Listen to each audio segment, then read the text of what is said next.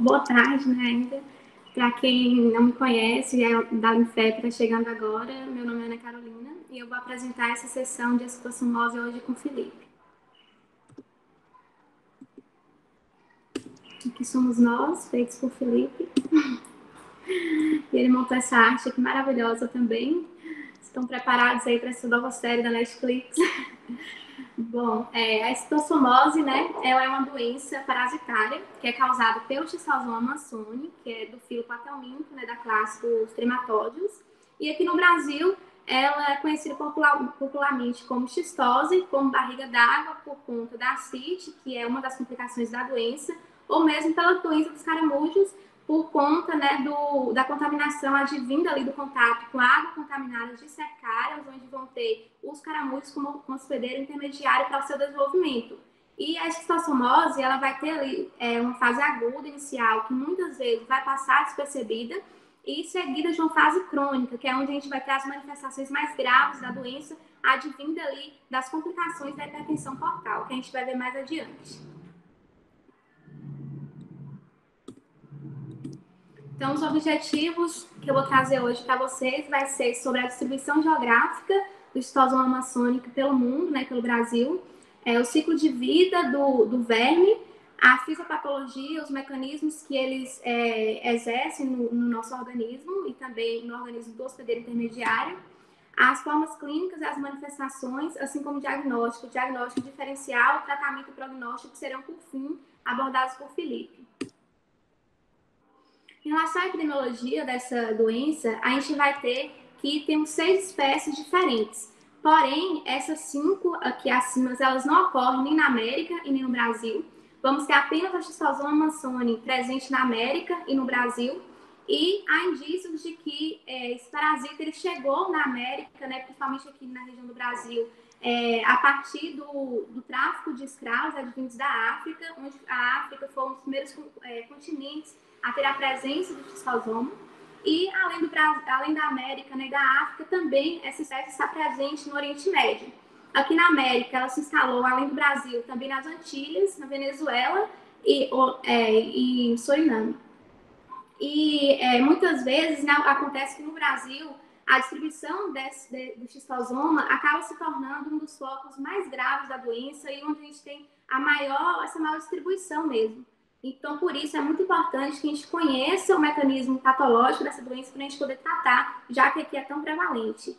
Embora seja um pouco difícil de estar identificando os números de pessoas contaminadas, porque aqui no Brasil existe um programa, né, especial de controle de esquistossomose, e também pelo fato de muitas vezes as fezes dos indivíduos não nos darem ali um diagnóstico da esquistossomose, acaba sendo difícil ter esses números, mas o Veronese ele traz que em 1960 foram identificados 6 milhões de esquistossomoses no Brasil, então é um número bastante relevante, e nós temos que esse número está principalmente aqui na Bahia, a gente tem 1/3 desse número presente aqui na Bahia, a gente tem uma grande quantidade aqui também presente em Pernambuco, nessa região aqui acima, cerca de 15% aqui em Alagoas, Sergipe, também em Minas Gerais, principalmente nessa região aqui mais litorânea, mais na Mata Agreste e uma proporção menor aqui para a região do Sertão. A gente tem focos importantes aqui no Maranhão, Ceará e focos aqui em São Paulo também endêmicos, principalmente ali na Baixada Santista, na região do Planalto. E essa doença está em uma distribuição que está se expandindo cada vez mais no país. E essa diferença também de endemicidade em regiões que não são tão contíguas umas com as outras se dá devido a fatores de mudanças ambientais, fatores de condições de vida, a migração também de indivíduos contaminados, a migração dos próprios vetores faz com que essa doença se espalhe cada vez mais. Em relação à propagação da doença, a gente vai necessitar de um indivíduo que vai estar contaminado, liberando as fezes em um local de coleção hídrica, né, que vai ter a presença do hospedeiro intermediário e outros indivíduos que vão estar susceptíveis quando entrarem em contato com essa água contaminada por larvas.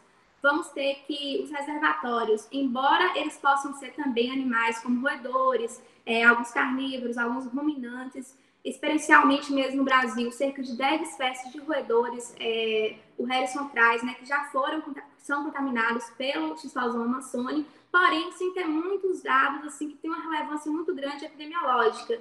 Então, é considerado reservatório mesmo de Schistosoma mansoni no Brasil apenas o homem. O hospedeiro intermediário, a gente pode ter 3 espécies aqui de moluscos, né, sendo eles do gênero Biofalaria. A gente tem a glabrata, a estramínia e tenagófila, onde a glabrata ela é a mais predominante. E esses moluscos, eles geralmente se multiplicam mais em locais onde tem pouca água, com pouca correnteza, né, pouca água, uma água mais parada. Geralmente essas águas elas têm uma poluição maior, porque esses moluscos eles tendem a se alimentar de material orgânico, então geralmente eles ficam localizados aqui próximo a plantas, próximo a lamas, para poderem estar fazendo a requisição, né, dessa matéria orgânica. Eles se proliferam mais também em ambientes que têm maior luz solar, maior iluminação. E também sua reprodução, seu desenvolvimento está muito relacionado com as mudanças climáticas, geralmente períodos chuvosos, períodos que têm uma umidade mais alta, eles tendem a se reproduzir com maior abundância. Quanto à propagação da doença, né, a gente vai ter ali indivíduos que vão estar defecando, né, em áreas impróprias, ou por hábito mesmo, ou por questão de falta de um esgoto sanitário, né, que deu destino, né, desse material para um lugar inapropriado, que no caso essas correntezas que vão poder ter as larvas, né? Então, muitas vezes, esses focos de infecção estão relacionados a condições precárias, né, de sanitárias, e a gente tem que, no Brasil, infelizmente, né, grande parte da população não é servida de uma rede sanitária. Então, faz com que a propagação dessa doença se torne ainda maior. Além disso, geralmente essas coleções hídricas localizadas próximas dessas habitações, elas muitas vezes são poluídas, então favorece a proliferação dos caramujos, que têm a preferência por esse tipo de coleção hídrica, principalmente ali em áreas de irrigação, a gente vai ter uma maior gravidade, né, e uma maior transmissão também dessa doença.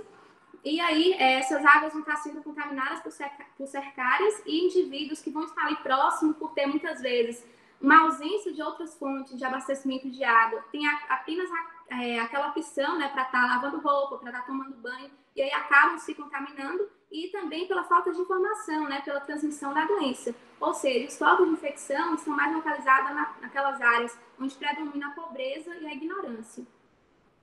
Quanto à infecção e à reinfecção, essa infecção, muitas vezes, em apenas um único contato, já é suficiente para que haja essa infecção.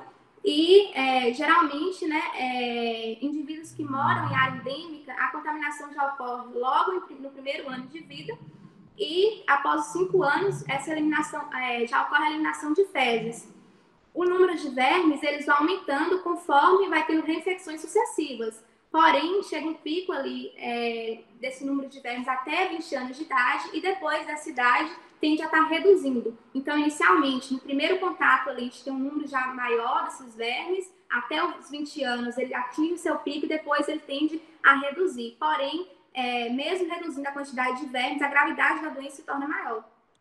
Alguns indivíduos vão ter um grau de resistência maior do que o outro, outros vão ser mais susceptíveis. Isso, inclusive, comprova o fato de alguns indivíduos que são tratados com a doença, quando colocados novamente em locais que são endêmicos, né, quando entram novamente em contato, não se reinfectam, enquanto outros voltam a se reinfectar, fazendo com que esses indivíduos resistentes eles tenham uma maior tolerância imunológica a essa reinfecção, de forma que foi comprovado, né, que eles tendem a liberar um maior interferon gama e IgE, enquanto os susceptíveis eles já apresentam mais o IgG2 e o IgG4, fazendo com que essas linfocinas estejam relacionadas tanto com fatores genéticos, né, quanto fatores linfocíticos relacionados à liberação de linfócitos T. Quanto à morfologia, Schistosoma mansoni, né, que é do filo Plateuminto, vai ter origem ali grega, onde soma significa corpo e xisto, fendido. Esse fendido está relacionado ao canal ginecófilo do macho, onde vai estar alojando a fêmea. E é um trematóide que é dimórfico, né? Apresenta 2 sexos, o verme, o macho e a fêmea. E vai ter também uma grande importância a análise da carga parasitária desses vermes, onde geralmente o indivíduo infectado ele chega a conter 3.900 vermes. E é importante estar avaliando isso pela questão tanto epidemiológica quanto pela questão de avaliar a morbidade que aquele paciente pode vir a ter a partir dessa carga parasitária. A gente tem que indivíduos maiores de 15 anos tendem a apresentar pelo menos mais de 500 vermes, e indivíduos menores de 30 anos, como eu tinha falado, né, vai reduzindo ali o número de vermes a partir de 20 anos, então indivíduos menores de 30 anos tendem a ter menos de 500 vermes.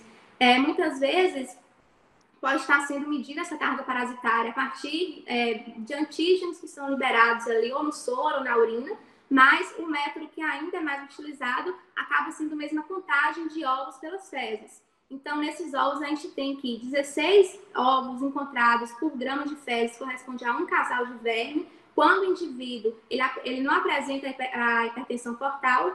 Já quando esse indivíduo apresenta a hipertensão portal, nós vamos ter 5 ovos por grama de fezes correspondendo a um casal de vermes. E aqui temos algumas desses estágios que o xistosoma passa no seu ciclo reprodutivo, que vamos ver adiante. O verme adulto, né, vai corresponder ao macho e à fêmea, como eu tinha falado. Esse macho, ele tem cerca de 1 centímetro de comprimento, ele é menor do que a fêmea, e ele é mais robusto, né, um pouco mais inchadinho. A fêmea a gente vai ver que ela é mais delgada. E ele vai apresentar 2 ventosas, a ventosa oral e a ventosa ventral, que vão ser importantes para a fixação dele na mucosa. E abaixo dessa ventosa ventral, ele vai conter aqui o poro genital, testículo e canal ginecófero. Esse macho, ele não tem canal copulatório, né? Ele vai apenas eliminar limados testiculares para esse canal ginecófero. Quando a fêmea se aloja aqui, vai entrar em contato, vai ocorrer a partir daí a copulação, que é diferente, inclusive, de outras classes, né, de verme. E esse verme macho, ele vai conter também um pigmento que tem bastante espinhos, como vocês podem ver aqui. E esses espinhos, eles são importantes porque eles vão aderir antígenos do hospedeiro, e com esses antígenos, eles vão poder fazer uma camuflagem do sistema imunológico, muitas vezes passando despercebido do sistema imune do hospedeiro. A fêmea, como eu falei, ela é mais delgada, né, mais fina, porém ela é maior do que o macho. Ela geralmente é cilíndrica, tem toda a sua extremidade, todo o seu comprimento. Ela também vai possuir aqui as ventosas oral e ventral, e abaixo aqui ela vai conter os órgãos genitais, a vulva, o útero, o ovário, glândulas vitelínicas. E essa fêmea, quando ela adentra aqui nesse canal ginecófilo, geralmente o macho, ele libera algumas substâncias que vai resultar no amadurecimento sexual dessa fêmea, e a partir daí, a partir da massa testicular que é liberada pelo macho, eles vão poder fazer a copulação e eles vão poder depois migrar cada um para um destino diferente. Quanto ao ovo, que é um dos elementos excitossomóticos mais importantes, né, que é o mais importante para a patogênese, a gente vai ter esse ovo medindo de 100 a 180 micrômetros, podendo variar ali em relação aos seus estágios, né? Quando ele chega no estágio maduro, ele aumenta um pouquinho de tamanho, mas em geral vai ficar nesses valores aqui. Ele contém essa espícula lateral, que também é o que difere de outras classes. O xistosoma, na verdade, difere o xistosoma mansoni de outras espécies de xistosoma mesmo. E ele contém essa casca rígida e uma casca porosa também. Essa casca porosa é importante para estar permitindo a entrada de substâncias e também a entrada de nutrientes e a saída de substâncias que vão ser importantes para resultar em um processo inflamatório que a gente vai ver adiante. O local de postura desses ovos ocorre ali geralmente no nível do sigmoide e do reto, né, ali no plexo mesentérico inferior. E algumas vezes pode ali estar se expandindo para o intestino delgado em quadros mais graves. Uma fêmea, né, ela chega a pôr 300 ovos por dia, e esses ovos eles vão apresentar 5 estágios, né? O primeiro estágio ele vai conter ali um conteúdo vitelínico, né? Alguma presença de líquido também. Ele vai conter também as células germinativas, que vai estar dando a origem ao miracídio. E aí, esse ovo ele vai passando de estágio, as células germinativas vão aumentando, enquanto o material vitelínico ele vai reduzindo. E quando a gente chega no 5º estágio, a gente já vai ter a presença do miracídio dentro do ovo, que por sua vez vai estar liberando ali antígenos e outras substâncias tóxicas. Esse ovo ele vai amadurecer depois de 6 dias, que ele é posto pela fêmea, e se ele não for eliminado ali pela luz intestinal, ele pode permanecer ali dentro vivo por 12 dias.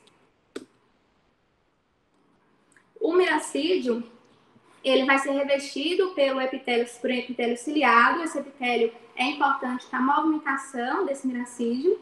E ele vai possuir aqui não dá para ver essas glândulas, mas ele teria aqui mais próximo do ápice glândulas de penetração, que são importantes para que ele libere substâncias para estarem penetrando no molusco, que é o hospedeiro intermediário. Ele também tem um terebratório, que fica um pouco mais acima das glândulas de penetração, e esse terebratório ele vai captar substâncias que são liberadas pelos moluscos. E isso é importante porque isso faz com que haja uma atração do miracídio em direção ao molusco e permita, então, sua penetração. Ele vai ter uma expectativa de vida relativamente curta, então, logo depois da liberação dele, depois que ocorre a eclosão dos ovos, né, com a liberação desse miracídio, é importante que ele imediatamente já esteja ali penetrando, já seja próximo do caramujo para poder haver logo a penetração.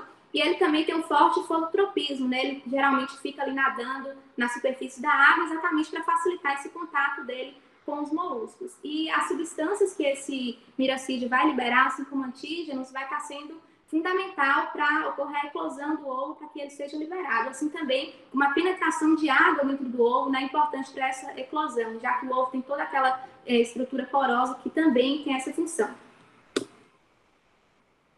A cercária, ela é dividida aqui no corpo, nessa cauda bifurcada. Essa cauda é importante, né, para estar permitindo a movimentação da cercária dentro da água. E ela também vai possuir ventosa oral e ventosa ventral e glândulas de penetração, que vai estar mais ou menos nessa região aqui, que não dá também para ver nessa imagem. Essa glândula de penetração tem a mesma função que ocorre no miracídio, vai estar liberando substâncias proteolíticas, enzimas proteolíticas, né, para estarem facilitando a entrada dele na mucosa, só que nesse caso agora no homem. Essa cercária, ela tem um ritmo regulado, os moluscos, eles vão geralmente estar eliminando essas cercárias a partir de um horário, né, que tem uma forte luz, um pico ali de 11 horas mais ou menos, inicia cerca de 9 horas a liberação das cercárias, e tem esse pico, e isso é importante, né, porque nesse horário que geralmente vai ter homens ali, vai ter pessoas ali em contato com a água e favorecer então a penetração da cercária nesses indivíduos, no hospedeiro definitivo. E a sobrevida dessa cercária é cerca de 1 a 3 dias fora do caramujo. Depois que essa cercária, então, ela adentra, né, no hospedeiro definitivo, ela vai soltar aqui sua cauda, ficar apenas o corpo vai adentrar, e aí ela se torna um esquistossômulo, que vai ter um tegumento que vai ser modificado, e isso é importante também para estar resistindo mais às defesas do sistema imunológico. Quanto ao ciclo de vida, né, a gente vai ter aqui inicialmente, como eu falei, um indivíduo contaminado que vai estar lá eliminando fezes, que vão ter a presença dos ovos com miracídio dentro, os ovos maduros. Esses ovos maduros, eles vão passar aqui por esse processo de eclosão, como eu falei, o miracídio lá dentro vai estar liberando substâncias tóxicas, a água vai estar adentrando nesse ovo para poder estar favorecendo a eclosão, e aí com isso o ovo libera os miracídios. A partir da liberação desses miracídios, eles passam então a captar, né, as substâncias liberadas pelos moluscos. Essas substâncias vão atrair o miracídio, e o miracídio, quando chega perto do molusco, ele vai estar liberando essas glândulas de penetração, essas enzimas proteolíticas, facilitando sua entrada, assim, juntamente com movimentos ali rotatórios. Quando o miracídio adentra no molusco, cerca de 4 dias, mais ou menos, vai ocorrer a multiplicação daquelas células germinativas, né, para fazer com que esse miracídio ele se torne um esporócito primário. Depois de 4 dias, mais ou menos, esse esporócito primário ele vai se multiplicando também, se tornando o esporócito secundário. E aí, desse esporócito secundário, a gente pode chegar a ter 6 estágios de esporócitos até que se transformem nas cercárias. E aí, essas cercárias, elas também ali começam a eliminar substâncias tóxicas e vão, por meio dos tecidos ali intracelulares desse miracídio, sendo liberadas. Aí, como eu falei, com todo aquele período ali de regulação luminosa, elas vão sendo liberadas E a partir da liberação das cercárias, elas também liberam essas substâncias para poder entrar em contato, né, com o hospedeiro definitivo. E, além disso, os próprios ácidos graxos também, que a gente libera, né, faz com que haja essa atração também das cercárias pelo corpo. E aí, depois da cercária adentrar o corpo humano, ela vai se transformar no esquistossômalo, e lá esse esquistossômalo, ele vai em direção à corrente sanguínea, né, vai chegar ali ao fígado, vai chegar primeiramente, né, ao coração ali, acho que cerca de 4 dias. Depois de 9 dias, ele já vai estar presente ali no fígado, no sistema porta-intrahepático. Quando ele chega lá, vai ocorrer o acasalamento desses vermes adultos. Depois deles se acasalarem, eles vão então em direção ao plexo mesentérico inferior. E quando eles chegam ali nesse plexo mesentérico, é que vai ocorrer então a oviposição. Essa oviposição chega a ocorrer 30 dias depois da penetração, e cerca de uns 42 dias após essa penetração, o indivíduo já vai estar liberando novamente fezes com os ovos contaminados, com os ovos maduros, e vai se repetir novamente o ciclo reprodutivo. Quanto à patogenia, é um pouco, às vezes, até complicado estar diferenciando o que é advindo de elementos do próprio xistosoma ou o que é advindo do sistema imunológico do hospedeiro, porque a gente vai ter uma ação concomitante, embora a gente tenha que a resposta imunológica do hospedeiro seja ainda mais prevalente. Os esquistossomos, quando eles chegam ali, né, no sistema porta-intrahepático, ainda antes mesmo de ocorrer o acasalamento, eles podem, né, na verdade, desde quando eles adentram ali a pele, a mucosa, eles podem estar causando um processo inflamatório, resultando ali numa hipersensibilidade, resultando na proliferação ali de neutrófilos, de linfócitos, de eosinófilos, causando um quadro clínico que a gente vai ver mais adiante, né, como edema, pápula, eritema. E isso é tudo resultado, né, desse processo, dessa agressão ali à mucosa que vai causar esse infiltrado inflamatório. Esse esquistossoma, ele pode também estar causando uma arteriolite. Nesse caso, a gente vai ter a presença ali de oclusões que vão ser causadas, que vão fazer com que alguns vasos eles se dilatem mais, e que junto com a hipertensão portal, vou falar dela melhor mais adiante, junto com essa hipertensão portal, a gente pode ter aneurisma de alguns ramos pulmonares, quando esses esquistossomos eles ficam ali encalhados no pulmão, e nisso a gente pode ter até mesmo uma hipertrofia ventricular, a gente pode ter uma trombose ali de alguns vasos e várias outras manifestações advindas dessa arteriolite. A gente pode ter, nesse caso, uma hepatite aguda, que advinda ali de uma necrose de hepatócitos, também do próprio infiltrado inflamatório que é ocasionado pela presença desses esquistossomos. E os vermes adultos, a gente vai ter que eles, né, geralmente, eles são bem intoleráveis ao sistema imunológico, principalmente pelo fato de que, quando os esquistossomos, eles se acasalam, eles se transformam em vermes adultos, a gente vai ter uma modificação ali da membrana. A gente vai ter uma membrana ser transformada de uma forma bem mais multilaminada. Isso, de certa forma, protege os vermes adultos do sistema imunológico do hospedeiro. E, inclusive, aquele próprio tegumento dele, como eu falei, que tem aqueles espinhos, pelo fato, né, dele poder aglomerar alguns antígenos, faz com que eles camuflem ali resposta imunológica, né, do hospedeiro, se camuflem ali e não sejam tão percebidos pelo hospedeiro. E aí isso faz com que eles sejam mais toleráveis, porque o que vai principalmente causar as lesões, no caso da esquistossomose, vai ser a resposta imunológica do hospedeiro. Então, como esses vermes adultos, eles têm essa capacidade de estar se escondendo, né, ali dessa resposta imunológica, eles acabam sendo menos agressivos, por incrível que pareça.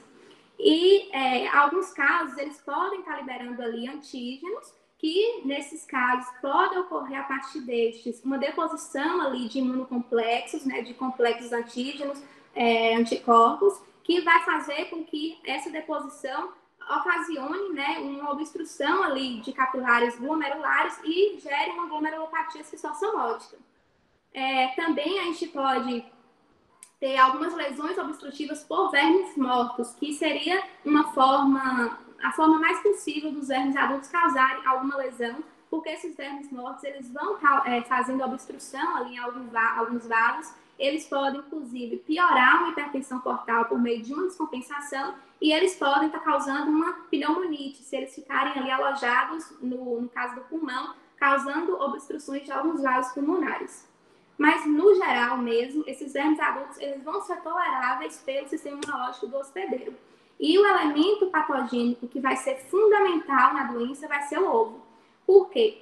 O ovo, quando ele é posto ali, né, pela fêmea, lá no plexo mesentérico inferior, ele pode ou sair pela luz intestinal, em alguma parte, mas em outra parte ele pode ficar ou alojado ali, restrito nos tecidos, na forma tanto imatura quanto madura, ou eles podem voltar pelos vasos sanguíneos para outros órgãos, principalmente para o fígado. Ele pode ir para outros órgãos, mas principalmente eles vão ficar ali encalhados no fígado.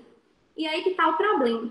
Porque esses ovos, como eu falei, eles vão possuir um mirocídio dentro. Esse mirocídio, além daquelas substâncias tóxicas que eles vão estar liberando para a sua eclosão, para a eclosão do ovo, para a saída dele, ele também vai estar liberando antígenos. E com a liberação desses antígenos, o sistema imunológico do hospedeiro vai detectar e vai estar, então, passando a atuar contra isso. Vai passar, então, a produzir uma resposta inflamatória em torno desse ovo, e aqui a gente vai ter a formação, então, do granuloma esquistossomótico, que é a principal forma de lesão ocasionada pelo esquistosoma. Então, a gente vai ter toda essa resposta inflamatória aqui do hospedeiro, por linfócitos, neutrófilos, principalmente eosinófilos. A gente vai ter linfócitos T ali, né, com liberação, resposta TH2, com liberação de citocinas 3, 4, 5, citocinas 13, todas aqui em volta desse ovo, na tentativa de estar eliminando esse ovo. Porém, essa inflamação, ela acaba lesionando também o parênquima do fígado. E, posteriormente ainda, né, a gente vai ter uma produção ali de fibroblastos na tentativa de cicatrizar esse processo inflamatório. A gente vai ter, então, a ocorrência da fibrose, que a gente vai causar todo o problema que eu vou falar também mais adiante. Então, esse granuloma, ele vai ter cerca ali de 1 milímetro, né, de comprimento. E aí, depois também que esse ovo, ele é eliminado, porque, de fato, essa resposta inflamatória, ela consegue eliminar o ovo. Depois disso, essa capa fibrótica que é gerada aqui em torno, ela vai desaparecer, porém vão ficar as lesões ocasionadas por ela. E aí, além disso, a gente pode ter a arteriolite necrosante, né, como eu falei anteriormente, que pode causar toda aquela dilatação e aquela trombose também de algumas artérias e hipertrofias. E a resposta do hospedeiro, que vai ser mediada por esse sistema imune, né, que vai estar dando a resposta a esses antígenos, formada ali por uma imunidade celular com base em hipersensibilidade, além da questão de resistência, de susceptibilidade que essa resposta do hospedeiro pode dar, ela também pode aumentar a morbidade, porque quanto maior for essa resposta, maior vai ser a morbidade. Ela também tem esse potencial de estar regulando a fibroplasia, principalmente ali no desenvolvimento relacionado com o desenvolvimento da fibrose periportal. Isso porque, né, a gente vai ter essa fibroplasia relacionada com a maior deposição ali de material de colágeno, fazendo com que aumente essa capa fibrótica. E quanto maior for essa capa fibrótica, maior vai ser a resistência que a gente vai colocar naquele local, né? E maior vai ser, então, a hipertensão portal. Então, maior vai ser também a morbidade desse indivíduo. Isso tudo vai estar sendo mediado por citocinas, né, e por genes que acreditam-se que tem uma herança poligênica, principalmente indivíduos que estão presentes ali em áreas endêmicas, foram observados que eles não possuíam, por exemplo, a forma hepatosplênica da doença, por conta dessa resistência que eles criaram por estarem em uma área endêmica. Então, muitas vezes, junto com essa resposta imunológica do hospedeiro, junto com esse fator genético de herança poligênica, a gente pode ter toda essa modulação de resposta, fazendo com que o indivíduo venha a ter manifestações diferentes no quadro da doença. Então, aqui na fase aguda, a gente vai ter algumas manifestações ali no reto e no sigmoide, com edema, com eritema, também com algumas ulcerações, pode chegar até a presença de hemorragias também. No intestino, que a gente vai ter irritação da mucosa, por conta de depósitos ali inflamatórios. A gente pode ter no fígado, né, focos intralobulares ali de necrose também, principalmente ali pela morte ali de hepatócitos, uma alteração ali nos sinusoides também do fígado. E no baço, né, a gente vai ter o que a gente chama como se fosse uma hipertensão passiva para o baço, porque a gente vai ter uma hipertensão ali no fígado, né, quando a gente tem essa fibrose, porque a gente vai ter a resistência ao fluxo sanguíneo, então aumentando essa hipertensão, tendo essa hipertensão, a gente vai fazer com que o baço ele seja prejudicado, então a gente vai ter uma redução também desse fluxo sanguíneo de forma passiva para o baço. E aí, com isso, a gente pode ter também, na forma aguda, essa manifestação papisplênica, né? Porém, ela vai ser diferente do que ocorre na fase crônica, porque na fase aguda, esse aumento do fígado, o aumento do baço, eles vão advir ali do granuloma formado da fase ainda do infiltrado inflamatório, que é formado ali com granuloma. Na fase aguda vai ser decorrido da fibrose mesmo em si. E, além disso, a gente pode ter a arterite necrosante nos pulmões nessa fase aguda, como eu já citei também. Na fase crônica, que é quando a gente vai ter essa formação da fibrose, né? A gente vai ter ali no fígado uma flebite, uma periflebite, que a gente vai ter um fígado mais endurecido, a gente vai ter uma perda ali da elasticidade dos vasos ali, dos ramos intraportais. A gente vai apresentar um fígado, né, que vai ter ali, geralmente, formando um aspecto cicatricial em torno dessa capa fibrótica, que é onde a gente vai ter aqui esses espaços, essas áreas esbranquiçadas aqui, dentro dos espaços portais, que é o que a gente chama de fibrose de Zimmer também. Então, a gente passa, além disso, a ter um aspecto nodular nesse fígado. O espaço de Disse, ele também vai ser alterado. A estrutura lobular, geralmente, ela não se apresenta alterada, exceto em alguns quadros que essa fibrose ela pode aumentar muito. Com o aumento dessa resistência, né, a gente vai ter, a partir da fibrose, a gente vai ter então a necessidade de formação de circulação colaterais. Com essas circulações colaterais, a gente pode ter ali a existência de varizes esofágicas, que inclusive, quanto mais for aumentado nesse processo dessa resposta imunológica, esse granuloma, quanto maior for a formação dessas varizes, dessa circulação colateral e das varizes esofágicas, elas podem estar se dilatando e chegar a resultar em um quadro muito grave da esquistossomose, que é a hemorragia digestiva alta. A gente vai poder ter ali na parte intestinal também, né, uma fibrose periintestinal, isso ocupa cerca de 10% dos quadros, e uma pseudoneoplasia pode ser uma manifestação mais agravada, também por uma deposição maior de fibroblastos, né, uma cápsula mais consistente ali de fibrose, fazendo com que seja gerada ali uma massa mais endurecida, que vai desde a serosa até a parte abdominal ali. Além disso, a gente pode ter nessa fase crônica uma degeneração axonal, onde a gente pode ter ali uma vasculite, né, de artérias cerebrais também, a gente pode ter trombose algumas tromboses, a gente pode ter degeneração de nervos, fazendo com que até o sistema nervoso ele seja alterado nessa fase. Porém, mais raro. Quanto à manifestação clínica nessa fase aguda inicial, a gente vai ter ali, a partir da penetração das cercárias, a gente vai ter a dermatite cercariana por conta dessa reação inflamatória, que vai gerar eritema, vai gerar pápula, edema, isso por conta, né, de uma reação de hipersensibilidade devido à fragilidade ali dos capilares. Tem um período de incubação que, na maioria das vezes, é assintomático, né, que dura cerca de 1 a 2 dias, embora os indivíduos eles possam vir a ter um quadro de pródromo ali com cefaleia, com anorexia, com náuseas.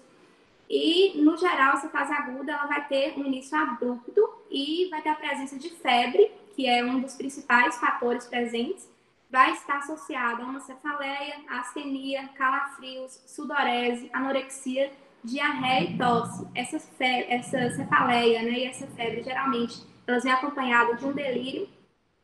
Calafrio e sudorese, eles tendem a ser mais constantes ali. E também, quando a gente tem presença da febre, do calafrio, da sudorese, a gente tem uma manifestação ali mais toxêmica da doença. A diarreia, ela pode apresentar ali uma disenteria, também associado a uma dor mais ali epigástrica. E a gente pode ter a tosse também está sendo associada a quadros de asma e a broncoespasmos. E essa fase ela dura ela ocorre 3 a 7 semanas após a exposição. E nessa fase aguda, o emagrecimento ele sempre vai estar presente. Além disso, a gente vai ter na hepatosplenomegalia, como eu falei, que assim como na fase crônica, ela também vai estar presente, porém ela tende, mesmo sem tratamento, a se reduzir posteriormente. Só que nesse caso, né, ela vai estar ocorrendo por conta do infiltrado inflamatório ao redor do ovo, não por conta da fibrose em si. Porque a fibrose ela começa a ser desenvolvida na fase crônica.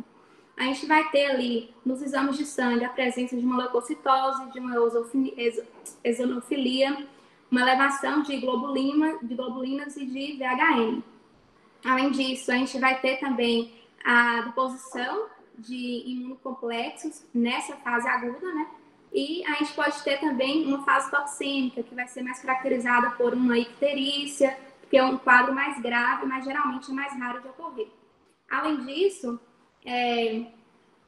indivíduos, né, que estão na fase crônica, eles podem apresentar a fase aguda por conta de uma reinfecção. E essa fase aguda também, ela acaba sendo mais característica de indivíduos mais jovens que entraram ali de forma assim, mais esporádica a algum lugar endêmico, alguma área endêmica e se contaminou, porque quando os indivíduos eles estão presentes em área endêmica, geralmente, como eu falei anteriormente, eles já são contaminados logo ali no primeiro ano de vida e geralmente a fase aguda ela passa despercebida e só se torna percebida a manifestação clínica quando esse indivíduo ele passa até a fase crônica. Então, por isso que a fase aguda geralmente está presente nesses indivíduos que entraram em contato de forma esporádica às áreas de contaminação. Bom, gente, minhas referências foram essas. Felipe vai continuar com a fase crônica agora.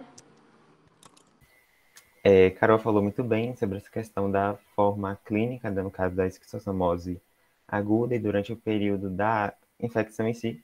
E agora eu vou falar um pouco sobre a forma crônica. A forma crônica, também chamada de fase tardia, ela geralmente ocorre 3 a 4 meses após a primeira infecção. Então, para deixar organizadinho na cabeça de vocês, depois da incubação, o paciente vai ter assim, cerca de 6 a 8 semanas para ele vir a desenvolver a esquistossomose aguda. E ele vai ter um tempo aí de 35 até 40 dias para ocorrer a oviposição.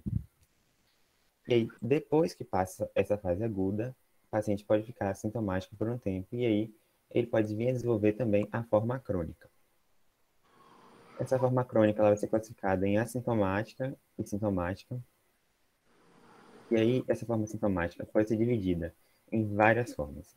Nós temos a forma hepatointestinal, que alguns autores também falam que é só intestinal, a forma hepática, a forma hepatosplênica, a pseudoneoplásica e as formas ectópicas. Essas formas ectópicas, a gente tem algumas que eu citei aqui, mas existem várias, como a neurológica, a vesical, cutânea, tem acometendo miocárdio, tireoide, genitália feminina, genitália masculina, enfim, tem vários locais que podem ser acometidos justamente por conta daquilo que Carol falou. O substrato fisiopatológico é o quê? A migração desse ovo para esses sítios ectópicos, e isso vai levar a uma inflamação, toda aquela resposta imune em torno desse ovo, com a formação dos granulomas, e com isso a gente vai ter as manifestações nesses outros locais. A forma hepatoesplênica, por sua vez, ela vai ser dividida em compensada, descompensada e a complicada. Geralmente a forma complicada, ela sempre vai estar presente, no caso, para a forma complicada existir, essa forma hepatoesplênica geralmente vai estar associada. E em relação às complicações, tem várias também, né? Nós temos a forma vasculopulmonar, então, como o Carol falou, aquele processo de arterite com formação de uma inflamação e fibrose das artérias pulmonares, vão levar a essa forma vasculopulmonar, que ela pode ser classificada como... Tá tendo algum retorno? Ah, tá tranquilo. Que pode ser classificada como a hipertensão arterial pulmonar ou a síndrome hepatopulmonar. Creio que antigamente se utilizava a forma de vasculopulmonar hipertensiva e cianótica, por conta das manifestações que o paciente podia vir a ter. Essa forma vasculopulmonar, inclusive, como o Carol falou, ela pode vir a evoluir para aquela condição chamada cor pulmonale, ou seja, a gente tem essa resistência nessas artérias pulmonares que estão aumentadas. Com isso, o ventrículo direito vai ter que trabalhar mais para poder fazer uma pressão suficiente para manter a irrigação do parênquima pulmonar. Com isso, a gente vai ter essa condição aí, afetando os dois órgãos. Como ela falou, a gente também vai ter a glomerulopatia esquistossomótica, justamente por essa deposição de imunocomplexos. Também pode ter a presença da trombose da via porta e o linfoma esplênico. Em relação à forma assintomática, como o nome já diz, é uma forma que a gente não vai ter nenhuma manifestação. Geralmente ela vai ser diagnosticada naqueles pacientes que vão fazer algum exame de rotina e aí é solicitado um paraciológico de fezes e aí se observa a presença dos ovos nas fezes. Geralmente esse paciente ele não vai ter sintomas justamente por conta dessa baixa carga parasitária, que geralmente é menor que 50, e aí os exames nem detectam, e aí esse paciente vai ser assintomático. Mas por que é importante a gente identificar e tratar esse paciente? Justamente porque esses pacientes, como a Carol falou muito bem naquele ciclo de vida, aquelas pessoas que não têm sintomas, elas podem continuar a ter aqueles hábitos de higiene precária, né, sanitária, enfim, aí pode continuar a manter esses focos de transmissão. A forma hepatointestinal, que alguns autores chamam só de intestinal, o paciente geralmente vai ter alguns sintomas gerais, né, como desânimo, disposição, tontura, emagrecimento, vai ser muito comum, e alguns sintomas digestivos, que podem ser tanto sintomas dispépticos como sintomas intestinais em si.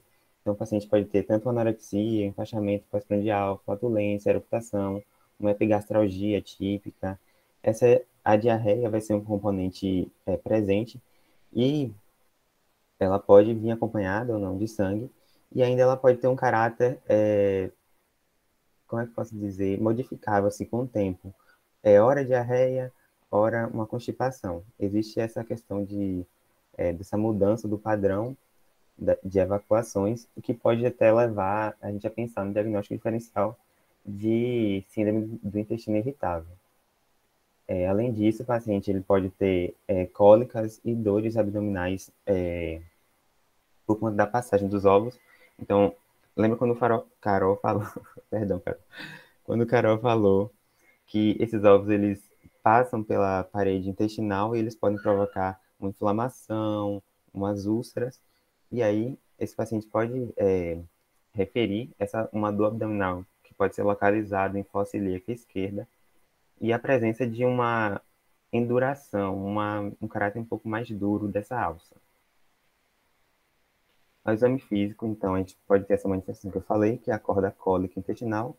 Então, ao se palpar a região do cólon descendente, você pode observar que pode ter uma enduração, que pode ser dolorosa.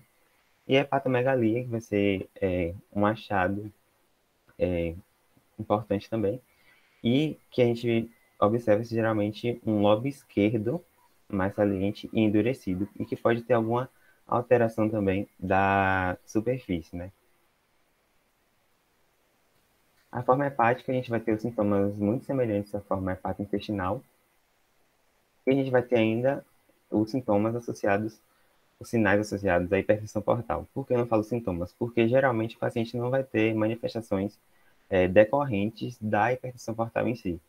Então, ele pode ter a formação de varizes esofágicas, contudo, a gente não vai ter a associação com a hemorragia digestiva alta. No exame físico, a gente vai observar também a hepatomegalia e a patogenia da hipertensão portal, né? Só para deixar claro isso para vocês.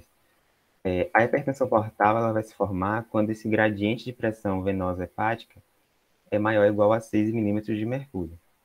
A gente vai ter a formação de varizes quando esse gradiente é maior que 10 e a ruptura quando esse gradiente for maior que 12 milímetros de mercúrio. Então, até esse ponto, na forma hepática, deixa eu colocar aqui. Até esse ponto, na forma hepática, a gente só vai ter esse gradiente maior ou igual a 10, mas não maior que 2. Em relação à forma esplênica, como eu falei, ela vai ser dividida em compensada, descompensada e as complicadas. Eu não citei as complicadas justamente porque iria delongar demais, então eu falei só das formas compensada e descompensada. Algumas generalidades dessa forma hepatosplênica, elas geralmente ocorrem naquele indivíduo que tem 10 a 15 anos de infecção, então pode ocorrer no adulto jovem, porque se você parar para pensar, um indivíduo que mora em uma área endêmica, ele já vai ter o contato desde bebê. Então, é comum você observar crianças e adolescentes de áreas endêmicas apresentando essa forma hepatosplênica, mas também pode ocorrer naquela pessoa que, por algum acaso, visitou um local e tomou banho, enfim, em uma coleção hídrica que estava contaminada e desenvolveu a esquistossomose aguda, não tratou e aí evoluiu para a forma crônica.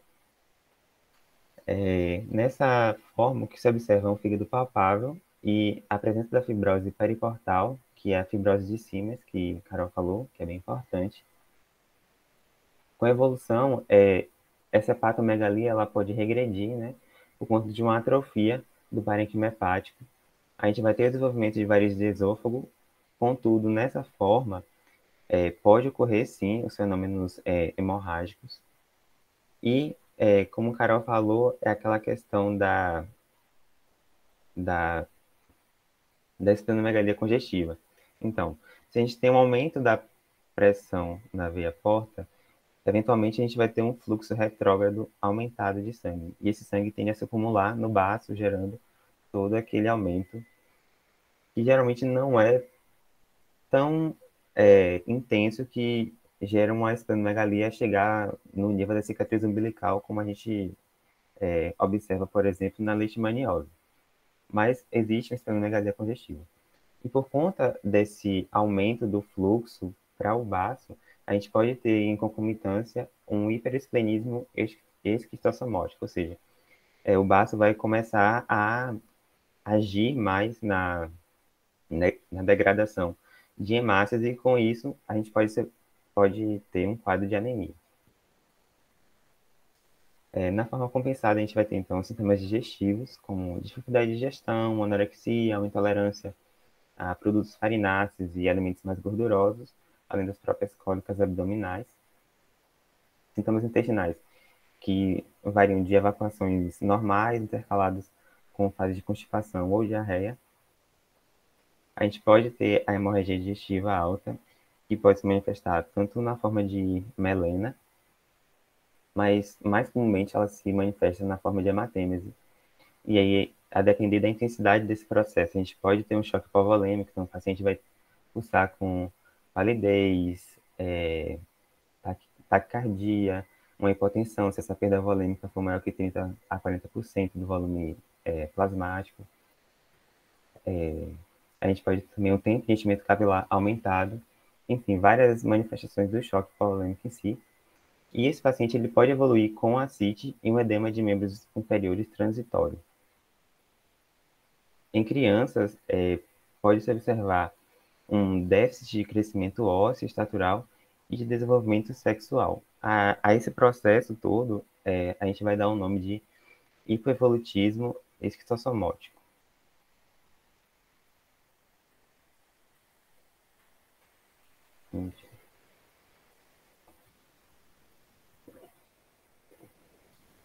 Em relação à forma descompensada, a principal manifestação vai ser uma ascite muito volumosa.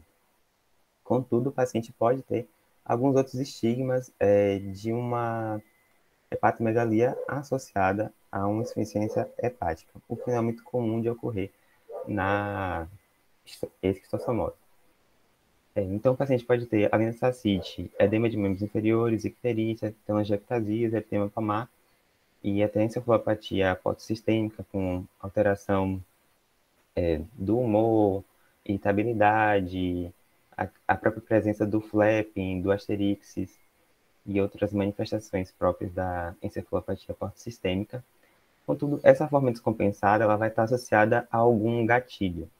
Quais seriam essas causas de descompensação, a gente teria a própria associação com outras hepatites, como hepatites virais, o alcoolismo, a trombose da veia porta, a esteatohepatite, a congestão passiva crônica do fígado e a própria evolução da esquistossomose. Então, um paciente que, por exemplo, evoluiu com hemorragia digestiva, isso pode sim funcionar como um gatilho para a forma descompensada. Isso porque a própria hemorragia ela vai levar a um quadro de perda de sangue. Com a perda de sangue, a gente vai ter uma hipoalbuminemia. E a albumina é a principal proteína plasmática que vai fazer parte, né, compor a pressão coloidosmótica. Com isso, essa perda da albumina vai vai facilitar a transsudação, né, de líquido para a cavidade abdominal, gerando a ascite. Em relação ao exame físico, o que é importante a gente saber? Que, a depender da quantidade de líquido presente na cavidade abdominal, a gente pode realizar determinadas manobras que vão nos dar assim, uma ideia do quão intenso é esse processo. Então, a gente pode fazer a manobra da maciçez móvel. Então, você vai lá percutir o paciente e vai perceber que existe uma maciçez, substituindo o timpanismo normal. E aí você pede para o paciente que estava em decúbito para adotar uma posição, um decúbito lateral, e você vai percutir na porção que ficou para cima e vai observar o timpanismo, e na parte de baixo você vai observar a maciçez. Geralmente, a maciçez móvel indica uma ascite de 0,3 a 1 litro de líquido na cavidade.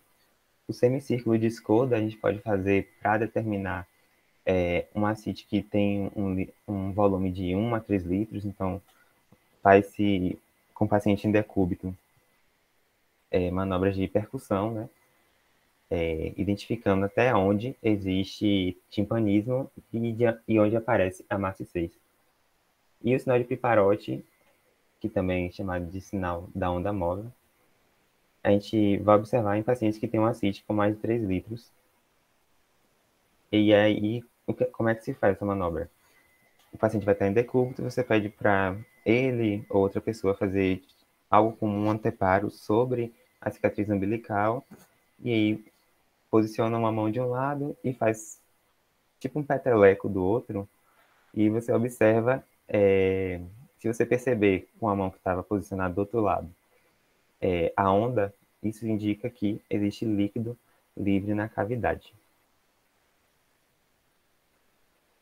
Em relação a essa CIT, às vezes é necessário a gente fazer o quê? Uma paracentese diagnóstica.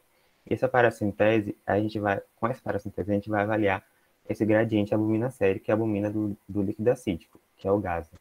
Então, geralmente, um GASA maior que 1,1 gramas por decilitro está associado à infecção portal, além de outras várias possíveis causas, inclusive ascites, não sei se o termo seria ascite, ou seria uma edema cardiogênica. E o GASA menor que 1,1 gramas por decilitro geralmente está associado a uma doença peritoneal. Em relação às formas ectópicas, como eu falei, existem várias a depender do local onde esse ovo ou verme fica alocado. Eu vou falar só de três, né, que é a forma neurológica, a cutânea e a vesical.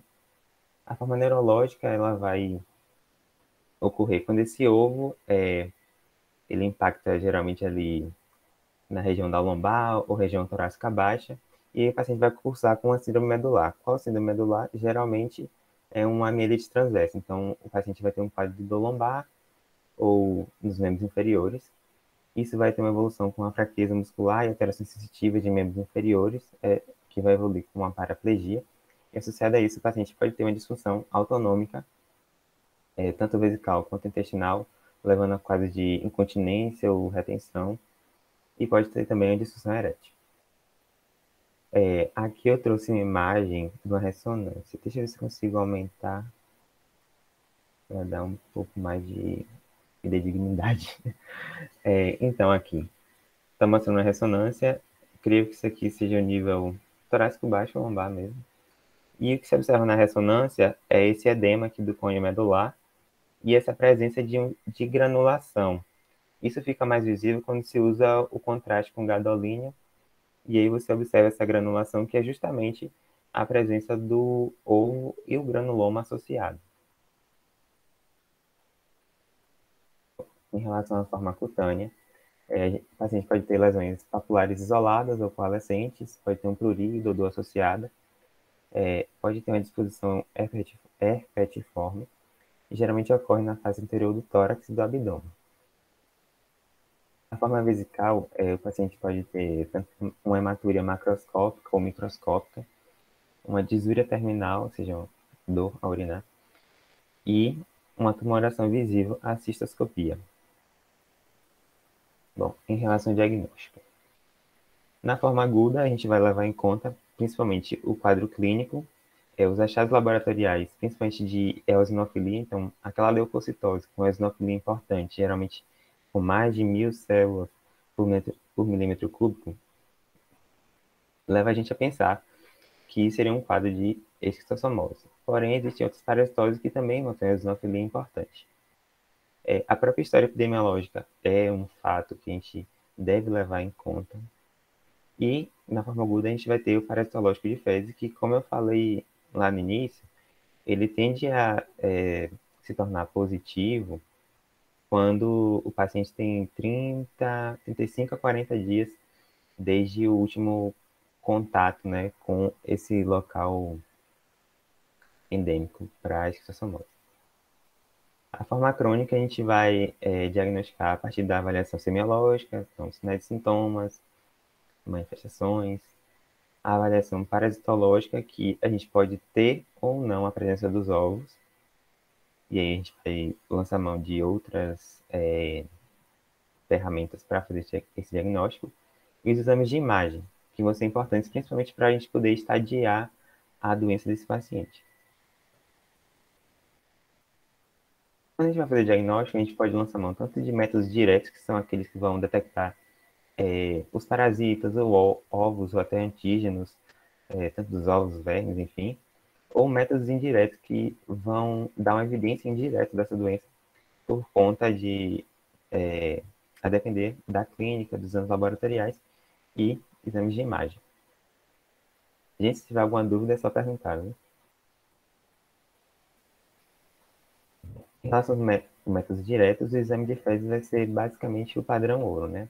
O achado de ovos vai ser aquilo que vai nos dizer que é uma infecção por esquistossomose. Então, a identificação por microscopia óptica, então a gente observa que esse ovinho, que tem um comprimento maior que a largura, essa espícula lateral é bem característico do xistosoma da espécie Mannsoni. A gente pode fazer esse exame esse parasitológico tanto por métodos qualitativos quanto quantitativos. Esses métodos qualitativos vão basicamente dizer: tem ovo. E pode ser feito por método de sedimentação e concentração, enquanto que os métodos quantitativos eles vão dizer quantos ovos tem aí. E por que é importante a gente caracterizar essa carga de ovos presente nas fezes? Porque a quantidade de ovos ela vai estar associada tanto ao surgimento quanto à gravidade dessas manifestações. Então, quando o paciente tem uma infecção leve, geralmente ele tem 0 a 99 ovos por grama de fezes. Infecção moderada quando tem 100 a 399, e infecção grave quando tem mais de 400. Além disso, a gente tem outros métodos, como a biópsia retal, que está indicada quando você tem uma suspeita clínica forte, porém os exames parasitológicos são repetidamente negativos. Ele vai ter uma positividade entre 50 a 70% na forma hepatoesplênica e uma positividade de 100% na forma hepatointestinal e assintomática. Lembrando que a biópsia retal é um método invasivo, né? Então a gente deve sempre tentar outras maneiras de diagnóstico antes de lançar a mão dessa biópsia. A biópsia hepática, ela está indicada na realização de um diagnóstico diferencial das formas hepatosplênicas com outras hepatopatias. É um método muito invasivo, que geralmente é a última escolha quando você vai fazer diagnóstico. Os achados incluem granulomas com restos alveolares, o pigmento esquistossomótico. Então, esse pigmento ele vai ser formado como? O verme adulto ele vai consumir as hemácias, e aí a metabolização dessas hemácias vai gerar um pigmento. Esse pigmento vai ser eliminado pelo verme e vai ser captado pelas células de Kupffer, que são os macrófagos hepáticos. E aí você pode fazer uma biópsia e observar o pigmento esquistossomótico. E também a gente vai ter o achado da fibrose portal, que vai ser importante aí nos casos de, principalmente forma hepática, hepatoesplênica e menos na hepatointestinal. Outros métodos diretos incluem a reação em cadeia da polimerase, que vai identificar o DNA do parasita. Ela é mais utilizada em pesquisas científicas do que em rotina clínica em si para diagnóstico, né? Ela é bastante sensível e específica para o Schistosoma mansoni e pode ser realizada em amostras de fezes, urina ou até as próprias biópsias. A pesquisa de antígenos, elas vão ser 100% específicas para detectar uma infecção ativa. Elas também vão possuir uma relação com a intensidade da infecção, e os antígenos que vão ser pesquisados são os antígenos catódico e anódico circulantes. Eles são detectáveis 3 a 4 semanas após a infecção, então, antes mesmo do paciente ter sintomas de uma esquistossomose aguda, caso ele tenha uma história compatível, né, e aquela manifestação da dermatite cercariana, pode-se realizar esse exame e pode ser positivo. Não sei se 100% das vezes vai ser positivo, mas é uma possibilidade. Esses antígenos são produzidos no tubo digestivo do verme adulto e aí são liberados na circulação mesmo e detectados por esse exame.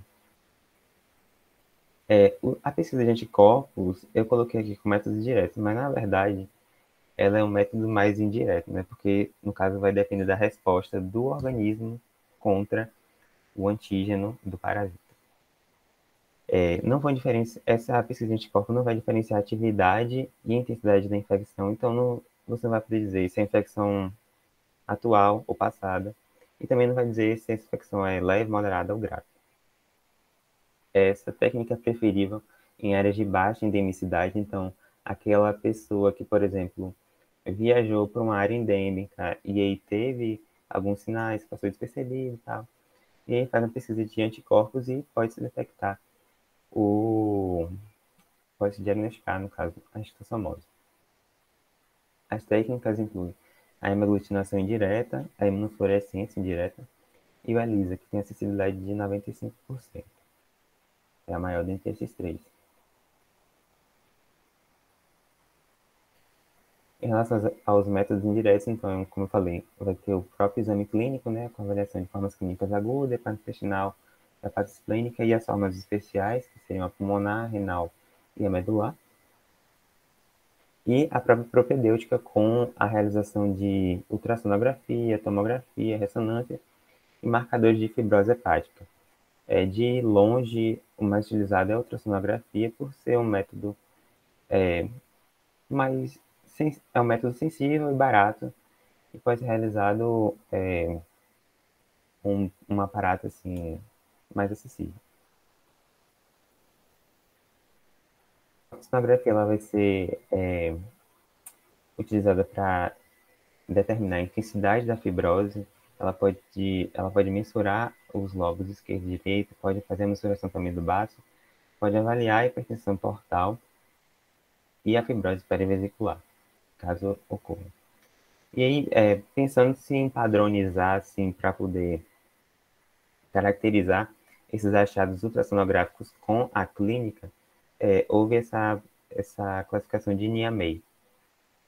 E ela vai classificar em padrões de A, T, F e vai avaliar a textura hepática, sendo A, fígado normal, e F, a fibrose periportal muito avançada.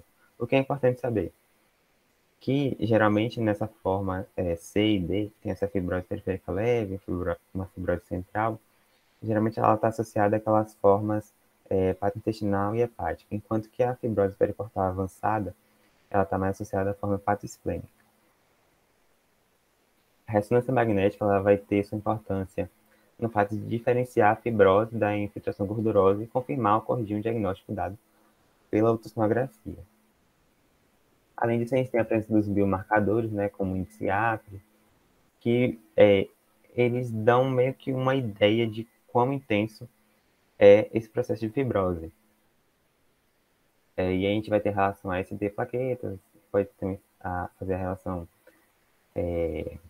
fosfatase alcalina e plaquetas, e também a própria mensuração dos níveis séricos de ácido hialurônico, que podem dar uma ideia do processo fibrótico. Diagnóstico diferencial. A gente tem vários, né? A depender de qual fase da citosomose a gente está de frente, a gente vai ter uma medida de diagnósticos diferenciais. Então, na forma aguda, a gente tem como diagnóstico diferencial a febre tifoide, a salmonelose e a shigellose. Elas vão cursar com esses sintomas intestinais, diarreia, dores abdominais. Pode ter sintomas mais sistêmicos, como febre, cefaleia, dores no corpo. E algumas vezes pode ter, sim, uma hepatosplenomegalia. O diagnóstico, geralmente, a gente vai dar através de hemograma, culturas e parasitológico de fezes. Parasitose com ciclo pulmonar, porque lembra que o parasita ele vai ter um ciclo pulmonar, então vai fazer aquela síndrome de Loeffler. Então, o paciente pode ter sintomas de tosse seca, sibilo. E as principais parasitoses que a gente vai fazer o diagnóstico diferencial seriam com o Necato americanus, Ascaris lumbricoides, Strongyloides stercoralis e o Ancylostoma duodenale. O quadro clínico vai ser sintomas intestinais, associados a tosse seca e sibilo. E ao laboratório a gente pode observar uma eosinofilia periférica, porém a gente se lembra que na esquistossomose a eosinofilia vai ser muito importante, geralmente com mais de 1.000 células por milímetro cúbico. E aqui o diagnóstico diferencial de hepatosplenomegalia. Observe que nós temos causas neoplásicas, infecciosas, autoimunes, de depósito e tóxicas. Eu não vou falar sobre cada uma, não. Mas é só para chamar a atenção, né? Que quando a gente se depara com um quadro desse, é até meio desesperador, né? Pensar em tudo isso. Mas o que a gente deve levar em consideração é o quê? A história clínica do paciente. Para a gente poder a história clínica, a epidemiologia, tudo isso a gente deve levar em conta para poder fazer um diagnóstico mais acertado.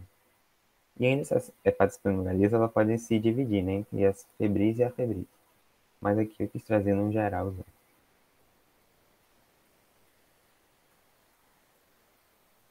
E ainda a gente tem a enterobacteriose septicêmica prolongada. O que é que acontece? Algumas vezes,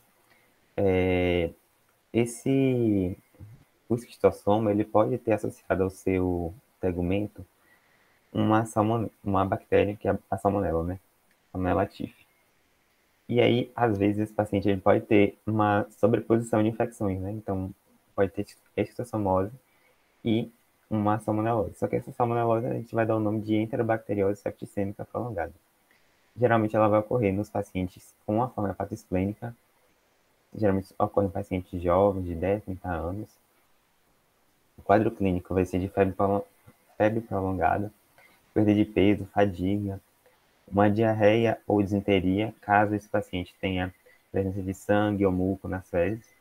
Do abdominal, pode ter petequias em região maleolar e edema de membros inferiores. O que a gente vai usar a gente pode, né? Não sei. O que a gente pode usar para diferenciar da febre tifoide em si é a questão de não haver comprometimento do sistema nervoso central. Bom, acabando já.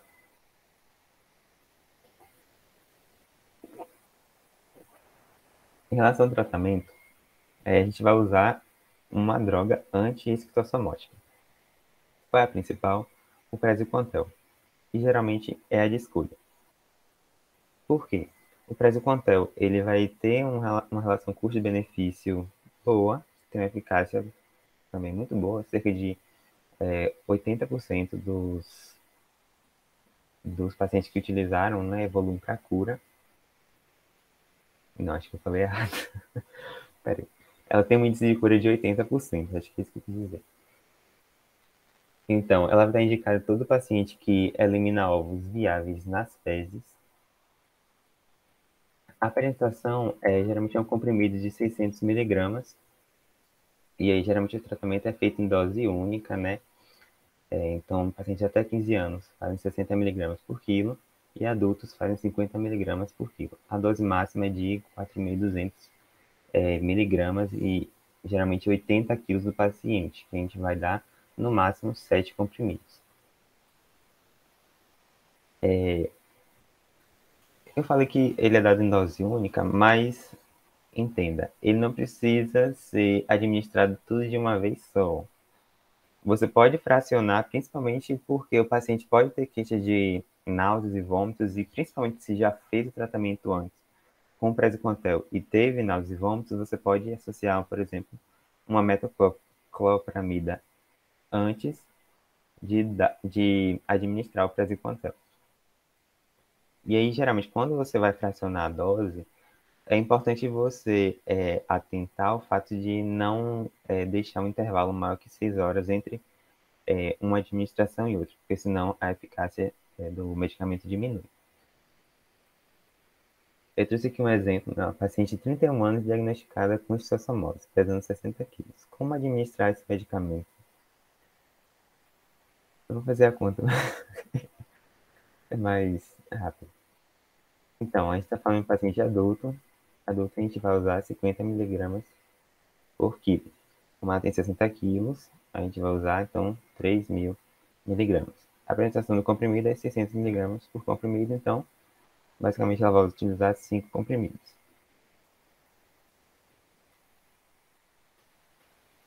O critério de cura para quando o paciente utiliza o praziquantel seria um exame parasitológico de fezes seriado no quarto mês após o tratamento com ausência de ovos. Aí a gente vai dizer, o paciente está curado.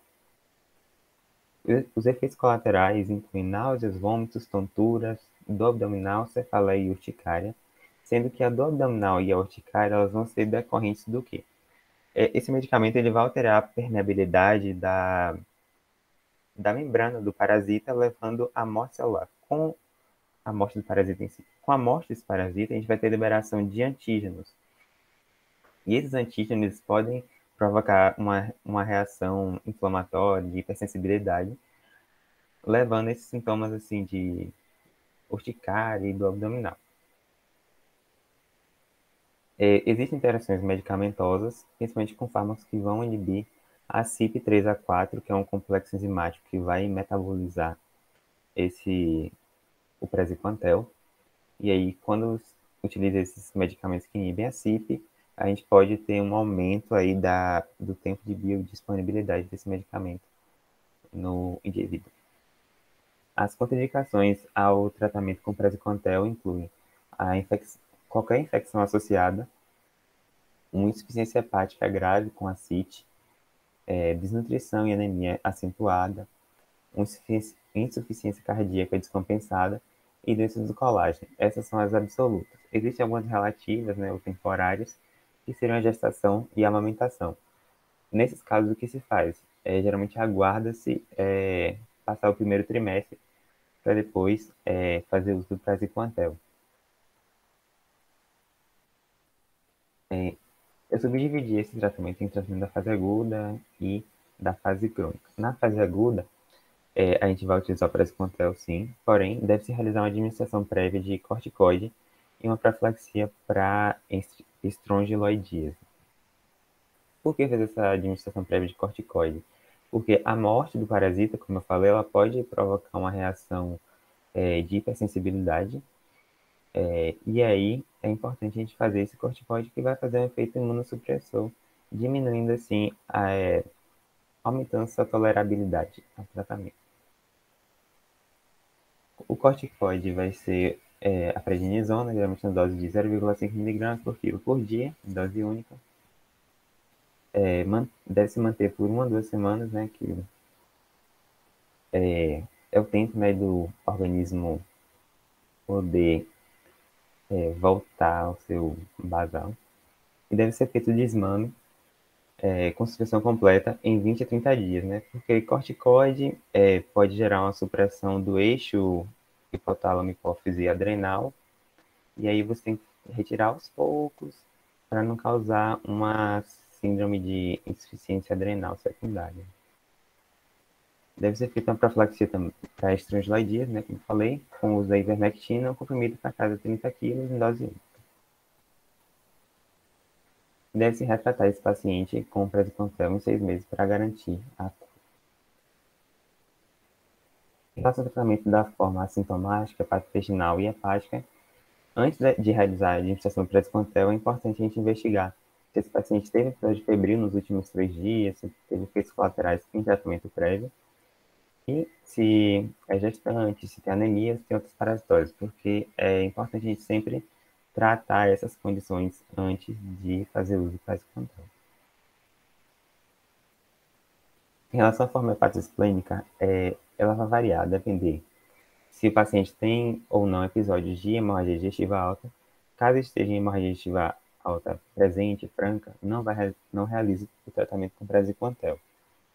Caso o paciente não tenha episódios, a gente deve, a princípio, melhorar o estado geral e nutricional, tratar anemia e outras parasitoses, realizar uma ultrassonografia de abdômen justamente para fazer estadiamento, né, dessa forma. Administrar o praziquantel, que deve ser repetido em 2 a 3 vezes em cerca de 2 a 3 meses, e realizar a endoscopia digestiva alta para fazer identificação de focos e a prevenção da hemorragia digestiva alta. Às vezes, quando o endoscopista localiza esses focos, que geralmente são varicosos, né, as varizes esofágicas, pode ser feito um tratamento com a utilização da ligadura elástica ou uso de beta-bloqueadores, como acho que é o carvedilol e o nadolol. Em relação à associação com a hepatite crônica B ou C, com quem a gente vai tratar primeiro? A esquistossomose ou as hepatites? Isso vai depender da função hepática. Caso ela esteja normal, a gente trata a esquistossomose antes e depois a hepatite. Caso esteja alterada, a gente trata primeiro a hepatite e após a normalização da função hepática, a gente deve considerar o tratamento para esquistossomose. Quando o paciente tem hipovolutismo e hiperesplenia, indica-se o tratamento usual com praziquantel.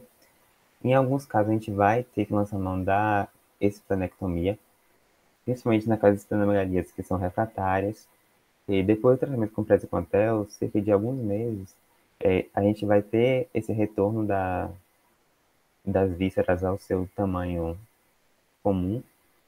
Porém, no caso de esplenomegalia refratária, um hipovolutismo acentuado e um próprio hiperespenismo com uma plaquetopenia menor que 25 e um leuco menor que 1000, indica-se esse procedimento. No caso da forma hepática esplênica descompensada, como eu falei, o paciente geralmente se apresenta com ascite, não indica-se o tratamento com praziquantel e nesse caso a gente vai primeiro tratar as complicações. Os pacientes que têm nefropatia associada, né, aqueles que vão apresentar edema de membros inferiores, proteinúria, e eu acho que aqui era para ser hipoalbuminemia. Caso essa insuficiência renal esteja compensada, a gente vai fazer 3 séries de tratamento com praziquantel para garantir a cura. E no caso dos pacientes que têm insuficiência renal avançada e que eventualmente vão evoluir para insuficiência renal crônica, muitos deles vão necessitar da diálise, né? Bom, essas foram minhas referências. Caso vocês tenham alguma dúvida, é só perguntar. Muito obrigado.